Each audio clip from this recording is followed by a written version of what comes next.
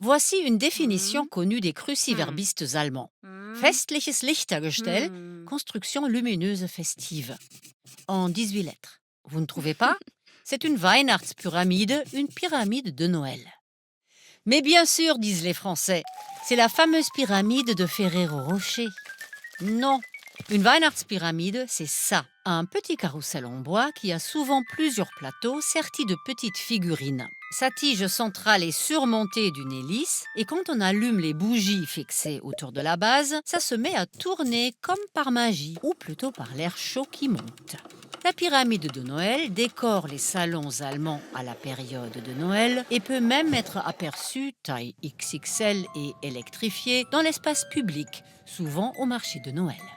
Le plus grand exemplaire, haut de 25,52 m, se trouve à Johanngeorgenstadt en Saxe. Qui ne serait pas envahi par l'esprit de Noël en regardant tourner paisiblement ce petit monde?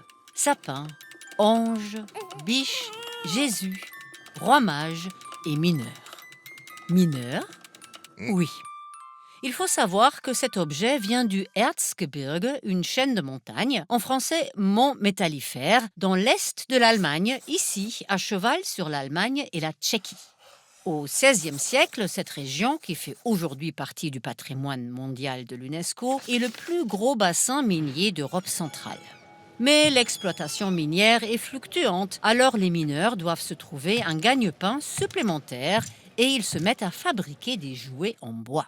À partir du XVIIIe siècle, ils fabriquent des pyramides de Noël, d'abord fixes, puis tournantes, mais aussi plein d'autres objets.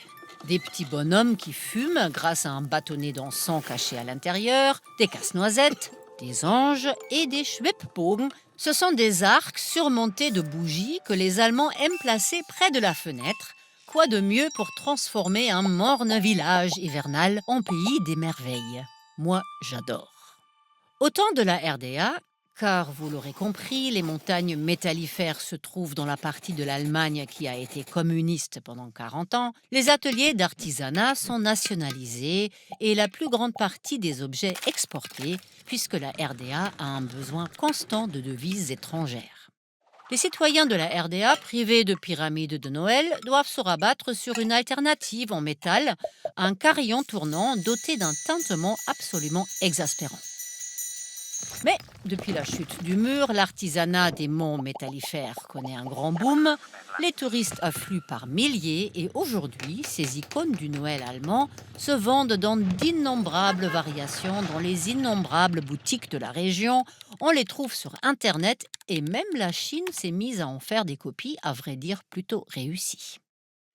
Beaucoup de théories circulent quant à l'origine de la forme de l'arc et de la pyramide.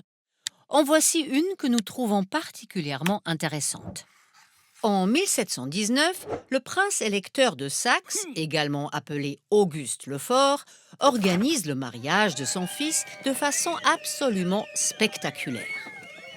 Point d'orgue de ce marathon festif, la fête de Saturne, lors de laquelle 1400 mineurs en habit de gala, des torches à la main, descendent de la montagne, une façon pour Auguste de faire la démonstration de la richesse et du pouvoir de sa belle région.